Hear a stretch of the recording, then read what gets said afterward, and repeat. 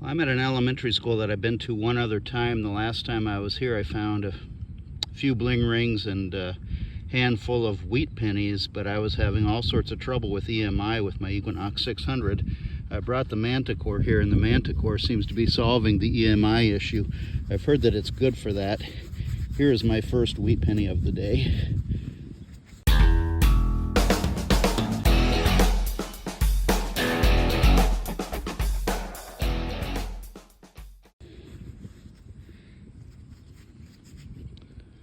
Looks like it's going to be a more modern one. Can't tell for sure the date. Ah.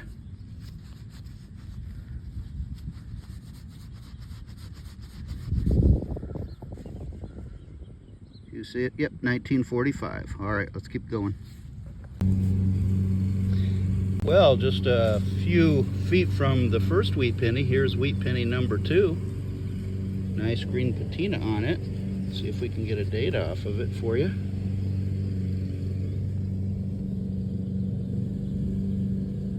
Uh, 35 maybe, 1935. All right, let's keep going. Well, upon further inspection, this is a 1940. I don't know where I got 1935 at. Well, this is fascinating. Can't even remember what it was ringing up. I want to say, what did I think I was digging? I'm not certain. Anyway, you can tell it's a portion of an old vintage signet ring. Unfortunately, it's not going to be a precious metal at all. Yeah, it doesn't have the back end. So do you still count that as a ring? I still count that as a ring. All right, let me get it cleaned up a little bit for you here. Well, it's not going to clean up much better than that in the field. If I get it home and I see anything good on it when I put it under the faucet, I'll show you a picture.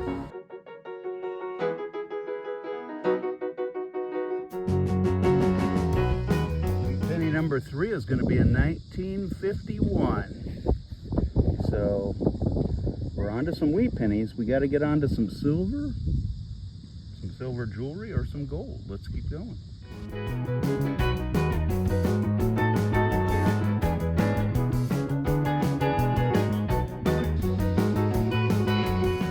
Well, this one was pretty deep in that hole, and I just about had a heart attack thinking to myself that it said 1914, but it's a 194, not a 1914, because I think I see a D under there too. And of course, a 1914 D is what everybody's looking for in a wheat penny besides a 1909. But crisis averted. I think it's 1945. We'll get it home and get it cleaned up better. Well, I don't know about this. It was ringing up 83 on my Manticore, which is not gold. What in the world is that? Oh my goodness. Oh my goodness.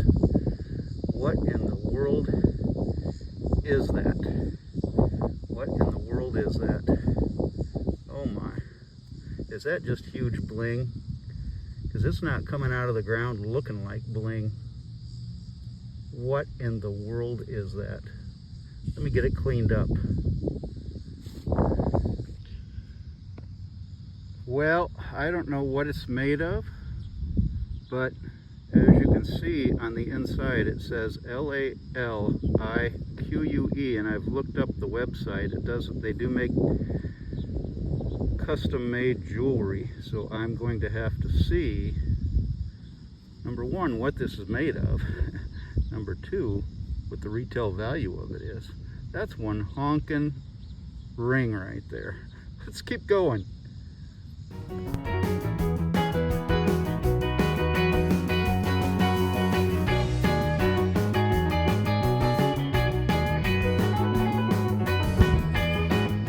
This was a 52 signal on the Manticore, and I can see it right there. Look at that. Nice. It's a tiny little London double-decker bus. Looks like it was maybe a charm or something. unfortunately doesn't look precious at all based on what I'm seeing up there. All right, let's keep going.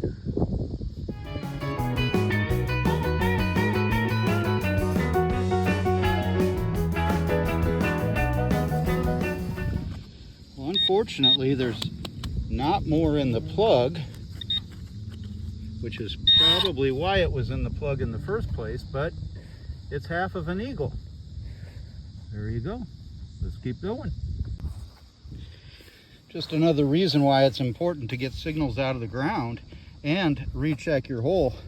Right here was a plug that was a 29, 30, 31 on my Manicore, and it ended up being an eraser. Actually, I take that back. It was more 26, 27, 28. I was hoping for nickel. I was not getting this signal. I put that plug away, and right next door, I started getting a 90s one way, 70s the other way. So I was hoping for silver, but as you can see, 1945 wheat penny. So we'll take it, and a lesson learned. Well, this one was all over the place from the 50s to the 90s, and that's why that bent nail was in the hole right below this 1952 wheat penny right here. All right, let's keep going.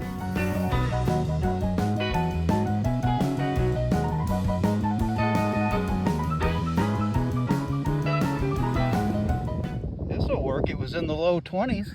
Do you see it there? Looks like a vintage button to me. Hopefully, yeah. Oh yeah, it is the ship's anchor button. Get it cleaned off just a little bit for you here. Oh yeah, look at that. That's nice. We'll get it cleaned up better at home. Get you a picture of it. Gotta love it. Well, this was ringing up 33, 34 on the Manicore. It's going to be a nice vintage button. I can't tell what's on it. Can you? Let me get it cleaned up a little bit for us. All right, let's see if this spray helps it out here at all. I mean, there's a design on it, obviously. I just can't make it out. What is it? Can you tell? We'll have to get it home and take a better look at it. All right, let's keep going.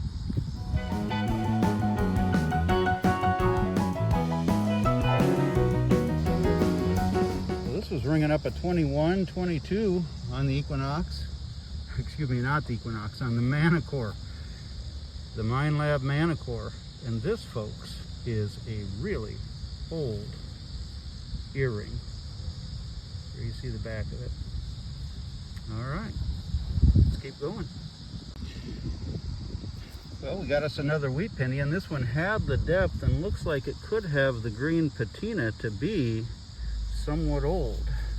Oh, all right, there you go. 1945 wheat penny in the hole. Well, this was a 1617 on the Manicore, and of course you're digging that signal hoping for a gold ring, and I haven't had one of those in forever. But that's what I got. We'll take a vintage metal button. All right, let's keep going. Well, this was in the mid-50s, 55, 56. And I was just praying that it wasn't a zinc penny. Excuse me, I've lost my voice. I was coughing. Swallowed wrong when I first opened the hole. I am really happy to have this. Looks like some vintage jewelry. And it's got all those stones in it, so I want to be very, very careful with it. But there you see it. I'll get you a better look at home when I get it cleaned up and hopefully keep the stones in.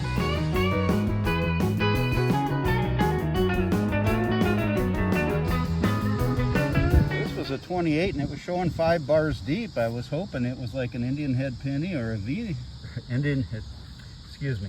I was hoping it was a buffalo nickel or a V nickel.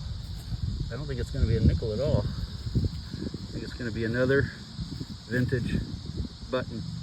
Yep, a vintage 2-piece button right there. All right, let's keep going. All Alright, I do believe I got me one. It was in the 90s, 5 bars deep, and it had the telltale little chirp from both angles. There you see it, just how it came out of the hole. It's gonna be a Mercury dime. Where are you? There you are. Alright, let's get it cleaned up and see what it is.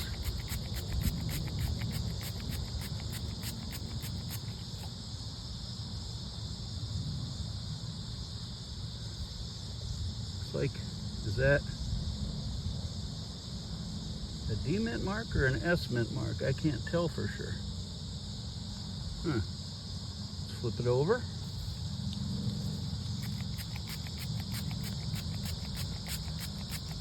(1920s) I can see. All right. Ooh, 1920. That, oh, I think it's 21 that is the really good year. I do have the really good year. All right, I'm gonna have to let you go check the mint mark better and check this out. Yes, that is what I was remembering. It's the 1921P and the 1921D that are semi-key dates. This is a 1920 and it is an S, which makes its value around $3.50. So, unfortunately not a semi-key date. Let's keep going. Silver in the hole here at Dirt Life Detecting. Gotta love it.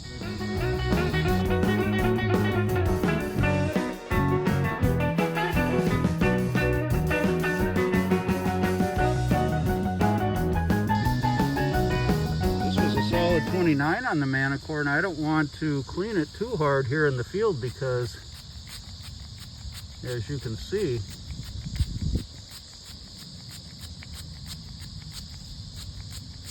it does have stuff on it, and it looks like it was maybe a pin or something back in the day. So I tell you what I'm going to do. I'm going to leave it alone, clean it up at home, and get you a picture of it.